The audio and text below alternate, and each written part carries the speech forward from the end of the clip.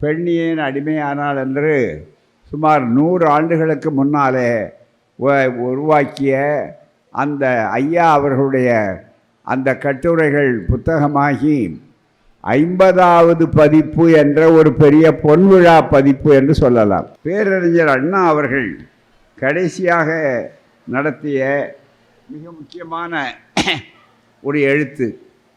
இதை படிக்கிற நேரத்தில் நமக்கெல்லாம் மிகப்பெரிய அளவில் துன்பமும் துயரமும் வரக்கூடிய அளவில் இருக்கும். அண்ணா அவர்கள் நோய்வாய்ப்பட்டு அந்த சங்கடமும் பதவியும் அவருக்கு எவ்வளவு சங்கடத்தை பொறுப்பை கொடுத்தது என்பதையெல்லாம் மனந்திறந்து எழுதியிருக்கிறார்கள். எப்படி கடைசியாக அவர் எழுதிய கொள்கை உயில் மாதிரி இந்த புத்தகம். ஆகவே இது பலருக்கும் பரப்ப வேண்டும். இந்த புத்தகம் அறிஞர் அண்ணா அவருடைய கடைசி கடிதம் என்று அவர்கள் உருக்கமாக எழுதியிருக்கிற இந்த 3 புத்தகங்கள் இது ரொம்ப மிக முக்கியமானது. மகளிர் மாநாட்டில் ஒரு மாநாடு நடத்தினால் தந்தை பெரியார் அவர்களுடைய காலத்தில் இருந்து அந்த மாநாட்டுக்கு முத்திரையாக புத்தகங்கள் வெளியிடப்படும். அந்த புத்தகங்களை ஒவ்வொருவரும் வாங்கி சென்று பரப்புவார்கள். அப்படித்தான் 100 ஆண்டு கண்ட இந்த இயக்கம் வந்தது. இந்த 3 புத்தகங்களும் வெறும் காகிதங்கள் நண்பர்களே, அறிவு ஆயுதங்கள். நன்றாக புரிந்து கொள்ள வேண்டும். இதில் பெண்ணேன் அடிமையானால் இந்த புத்தகம் முதலிலே இன்றைய சூழ்நிலைக்கு ஏற்ப கொஞ்சம் பெரிய எழுத்து மற்றதெல்லாம் போட்டு வந்தது. ஆனால் இந்த புத்தகத்தில் இதை படித்து பார்த்தாலே பெண்ணுடைய உரிமை பற்றி இந்த 3 புத்தகங்களை பெண்ணேன் அடிமையானால் பக்கம் என்னன்னு சொன்னால் 48 பக்கம். அதுவும் சிறிய எழுத்துக்களில் போட்டதுனால, இல்லைன்னா அதிகமான பக்கங்கள். ஆனால் விலை வேண்டுமென்றே மக்களுக்கு போய் சேர வேண்டும். பணம் முக்கியமல்ல, கொள்கை மிக முக்கியமானது. இதை மகளிர் அதை செய்ய வேண்டும் என்பதற்காகத்தான் இந்த புத்தகத்தை வெறும் 50வது பதிப்பு என்று சொல்லுகிற நேரத்தில் வெறும் அந்த 20 ரூபாய்க்கு கொடுக்கும். இதை என்ன செய்யணும்னா, ஆண்களாக இருந்தாலும் பெண்களாக இருந்தாலும் மகளிராக இருந்தாலும் 20 ரூபாய்க்கு ஒன்று நீங்கள் வாங்கினால் மட்டும் போதாது. ஒவ்வொருவரும் அவரவருடைய வசதிக்கேற்ப கட்டுக்கட்டாக வாங்க வேண்டும். வாங்கி வீட்டுக்குள்ளே வைப்பதல்ல.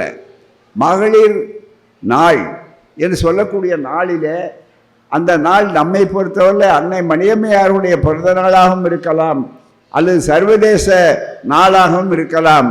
எப்படி இருந்தாலும் அன்றைய தினம் முதல் திட்டம் நம்முடைய மகளிர் எந்த ஊரிலே இருந்தாலும் எல்லோரும் வீடுதோறும் சென்று தந்தை பெரியார் வீடுதோறும் மகளிர் உரிமை, பெண் உரிமை என்பதை நீங்கள் எடுத்து இந்த புத்தகங்களை பரப்ப வேண்டும்.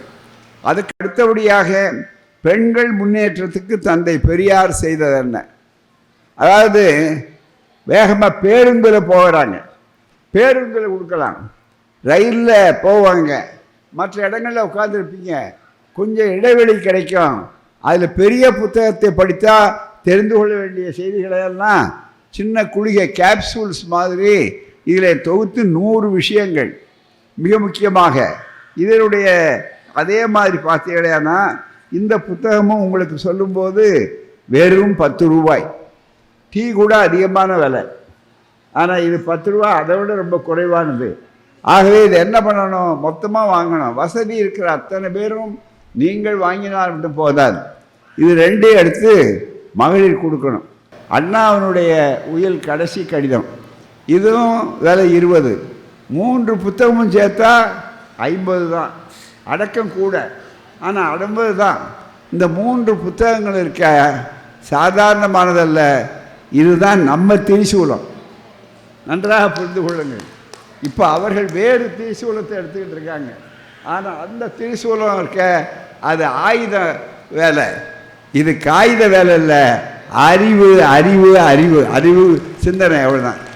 சுயமரியாதை இயக்கத்துக்கு என்ன பெயர் வைப்பது என்று மாற்று பெயர் ஏதாவது சொல்லணுமா அப்படின்னு கேட்டபோது தந்தை பெரியார் சொன்னார், அறிவு விடுதலை இயக்கம் என்று வைக்கலாம்.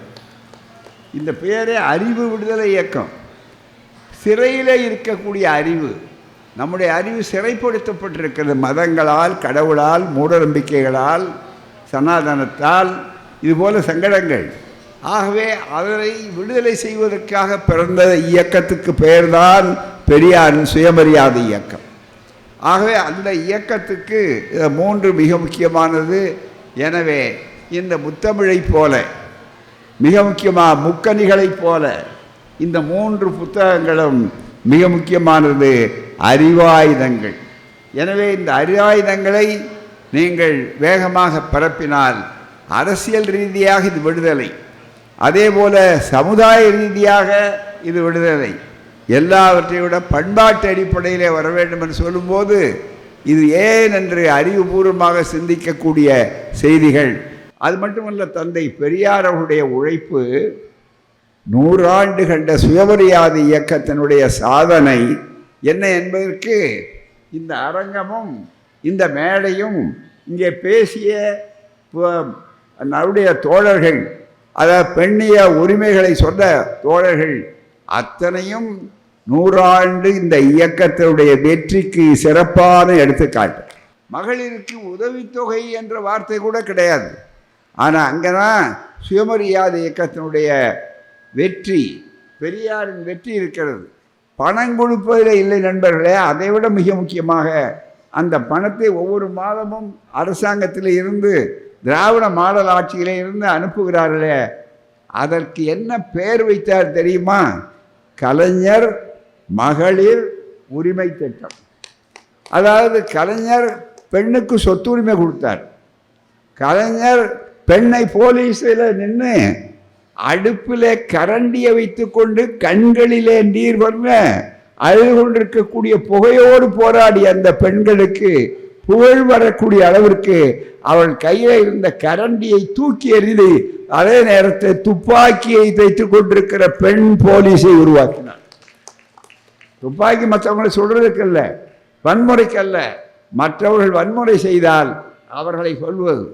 ஆண்களுக்கு தான் வீரம், ஆண்களுக்கு தான் திறமை, ஆண்கள் தான் இராணுவம் இருக்கணும், ஆண்கள் தான் எல்லாம் இருக்க வேண்டும் என்று சொன்ன அதை தந்தை பெரியார் பொய்யாக்கினார். மனிதர்கள் 2 பேருக்கும் சம உரிமை உண்டு, சம வாய்ப்பு உண்டு, சம பலம் உண்டு. அதுதான். அதனால் அந்த சம புலம் உண்டுங்கிறதுல இருக்கு பாருங்க, அவனுக்கு தெரியாது, ஆணுக்கு தெரியாது. பல பேர் ஒப்புக்கொள்வதில்லை. முதல் கேள்வி என்னென்னா, இந்த 10 மாதம் சுமந்துக்கிட்டு அந்த குழந்தைய பெக்கிறாங்களே, இதை விட பெரிய வீரமும் சகிப்புத்தன்மையும் அவளுக்கு வேறு என்ன இருக்க முடியும்? போறாமல் கொஞ்ச நாளைக்கு மாற்றி நீ கொஞ்ச நாள் அந்த வேலையை பாருன்னு சொல்லியிருந்தா இப்போ உருமாற்றம் உறுப்புகள் மாற்றம்லாம் வருது. அது மாதிரி வந்து கொஞ்ச நாளைக்கு கருத்தரிக்கிறது, ஆண் கருத்தரிக்கிறது, அவர் ஒரு 10 மாதம் சுமந்துக்கிட்டு இருக்கிறது அப்படின்னு சொல்லி பார்த்தா அப்புறம் யாரும் எந்த ஆணும் வாயை திறக்க மாட்டா. மிக முக்கியமாக அது ஒரு பெரிய வாய்ப்பாக இருக்கும். ஏனென்று கேட்டால் அவ்வளோ சங்கடம். கருத்தரிக்கிறதா பெண்கள், சமைக்கிறதா பெண்கள், கூட்டுறதா பெண்கள், நாங்கள் ஒன்றுமே செய்ய மாட்டோம். தந்தை பெரியார் செய்த ஒரு அறிவு புரட்சி.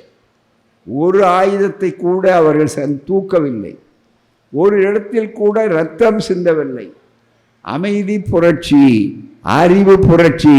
அதுதான் தோழர்களே இந்த அரங்கத்தை பார்க்கும்போது அதனுடைய வெளிப்பாடாக இருக்கிறது.